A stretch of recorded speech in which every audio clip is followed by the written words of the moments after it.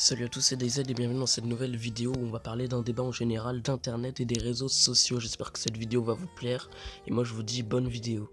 Bon, je vais pas traîner dans cette vidéo à parler lentement comme ceci, parce que sinon la vidéo va durer plus de 10 minutes. Et d'ailleurs, c'est quoi les vidéos de 10 minutes? C'est quoi les personnes qui font 10.01 minutes? Ça sera quoi ces personnes-là? Soit ces personnes-là font pas exprès, ce qui est très très rare. En général, les personnes font ça pour avoir plus de pubs, énormément de pubs. Vous avez déjà fait des vidéos comme ça sur votre ordinateur par exemple.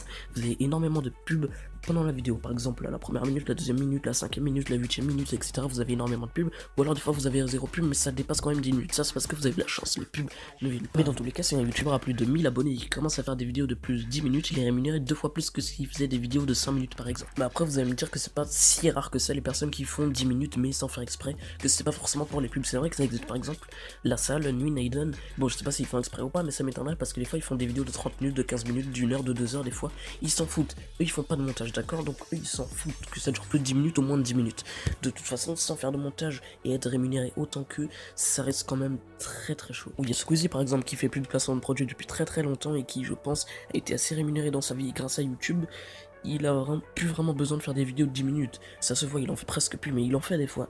Est-ce que c'est parce qu'il a besoin d'argent ou c'est parce qu'il n'a pas besoin d'argent, mais c'est juste parce que la vidéo devait durer plus longtemps? Ça, on sait pas. On n'est pas dans la tête des youtubeurs. Peut-être que les youtubeurs que vous pensez gentils, en réalité, ils sont vraiment très méchants. On sait pas. Ils sont derrière une caméra, d'accord? On peut pas savoir leur comportement. Ça se trouve, ils sont vraiment très méchants. Je dis pas que Squeezie était très méchant, ça c'était un exemple, c'est passé. Je voulais dire par exemple des youtubeurs qui font des vidéos, ils peuvent très bien être très contents, faire comme s'ils étaient heureux, montrer leur joie, alors qu'en réalité, quand ils vont éteindre la caméra, ils sont tristes et nostalgiques. Mais dans tous les cas, dans votre vie, sur les réseaux sociaux, sur internet, par exemple, il y a énormément de mensonges. Il faut pas croire à tout. Par exemple, on peut voir sur internet, par exemple, vos grands-parents ou vos parents vont vous dire ne croyez pas à ce qui est écrit sur internet et vous allez essayer de démarrer un débat avec eux en disant que il y a vraiment des vrais sites officiels sur internet qui vont dire des infos réelles. Mais on peut jamais dire ça, on peut jamais dire que c'est sûr. Même les journaux, tout ce que vous voulez, la télévision, ça peut jamais être sûr. Par exemple, lors des attentats, ils ne disent pas toute la vérité. D'accord, à la télévision, etc.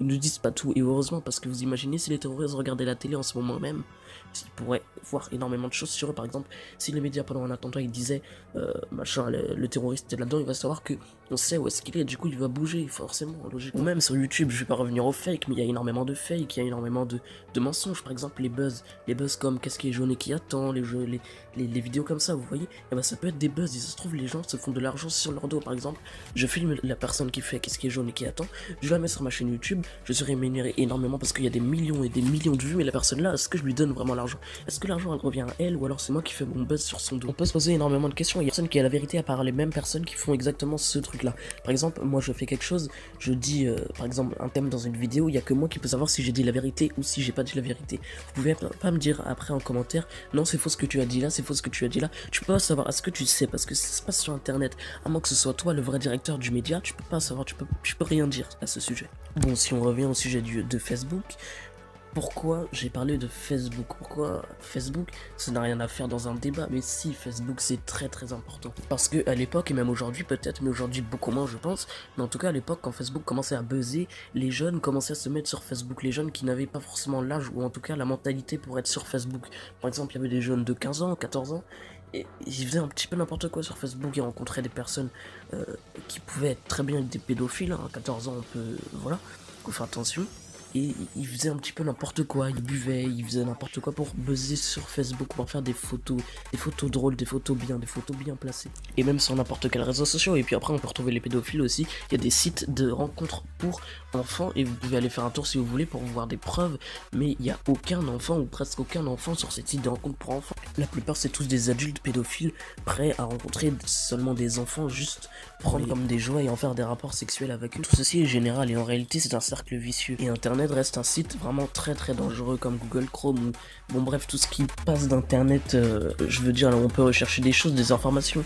Par exemple les sites pour adultes, je suis désolé, vous allez dessus, vous avez juste à cliquer sur entrée et dire que vous avez 18 ans et puis c'est bon, vous avez 18 ans en réalité pour le site, alors qu'en réalité vous n'avez pas du tout 18 ans ou alors vous avez plus ou moins, mais en général c'est que vous avez moins. Et est-ce que c'est protégé? Non, n'importe quel enfant pourrait très bien aller sur des sites pour adultes alors qu'il n'a pas 18 ans. En réalité vous pouvez très bien gérer les montages, je dis pas que je gère les montages, hein, mais vous pouvez très bien faire de bonnes bonnes vidéos avec de bons thèmes et que personne regarde vos vidéos. Vous n'êtes pas du tout connu alors qu'il y a des personnes qui font des millions de vues de plus que vous et en réalité ils font des thèmes beaucoup plus nuls que vous ou beaucoup moins complets. Par exemple des vidéos de seulement 2 minutes alors que vous faites des fois des vidéos de 10 minutes très longues, très complètes. Vous faites énormément de montage, c'est-à-dire des fois 5 heures de montage. Et au final la vidéo fait à peine 20 vues, 25 vues et 0 like. Et ça c'est vraiment décevant alors que des vidéos font des millions de likes. Peut-être pas des millions, on va dire des dizaines, même des fois des centaines de milliers de likes, des millions de vues, des 10 000 commentaires des fois sur les vidéos, alors que vous, des fois vous faites des thèmes beaucoup plus complets, vous faites des vidéos beaucoup mieux et vous faites 2 fois moins de vues.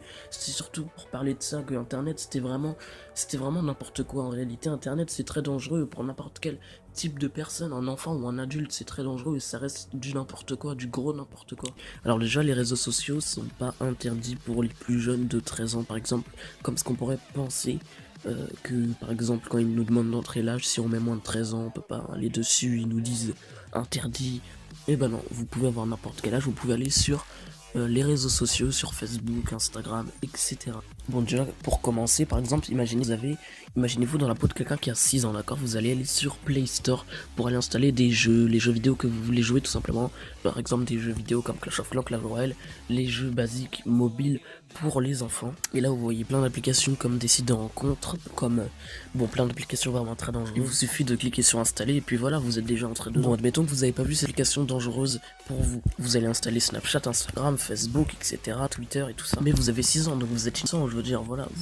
Vous connaissez rien encore. Et quand vous allez vous connecter, vous allez voir des jeunes qui prennent énormément de photos, des adultes, des filles, des garçons, etc. Vous allez commencer en publiant une photo sur votre compte Instagram et vous allez être jugé dans tous les sens. Et ça sert à rien d'essayer de sécuriser ces applications comme Play Store ou comme les réseaux sociaux.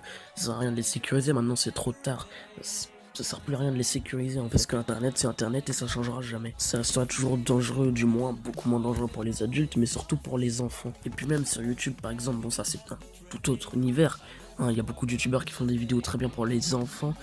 Il y a des youtubeurs même qui visent tout le public, c'est-à-dire adultes, enfants, vieux, petits, etc. Mais il y a aussi énormément de youtubeurs comme Razmo, Badflunch, Kemoff, qui vont juste faire des pranks ou peut-être pas forcément des pranks, mais des vidéos qui peuvent choquer des personnes. Par exemple, ils vont faire une vidéo où dans cette vidéo ils piègent quelqu'un en cassant son téléphone. Est-ce que le petit il va se dire oh mon dieu il faut pas casser ce téléphone? Non, justement les petits ils suivent le mouvement des plus grands.